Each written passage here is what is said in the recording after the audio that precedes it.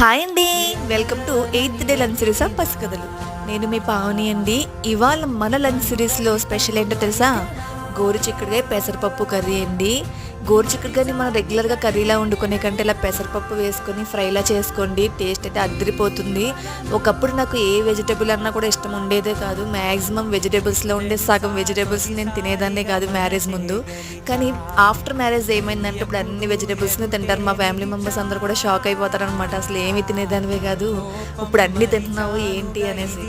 దానికి రీజన్ ఏంటంటే ఒకప్పుడు మా హస్బెండ్ చెప్పారండి మ్యారేజ్ అయిన తర్వాత, ఏంటంటే ప్రతి వెజిటేబుల్కి ఒక యూనిక్ టేస్ట్ ఉంటుంది, దాన్ని మనం వండేలా వండుకుంటే ప్రతి వెజిటేబుల్ కూడా ఎక్సలెంట్గా ఉంటుంది అని. అప్పటి నుంచి కూడా ప్రతి వెజిటేబుల్ని నాకు నచ్చే విధంగా మోడిఫై చేసుకొని వండుకోవడం స్టార్ట్ చేశాను అనమాట.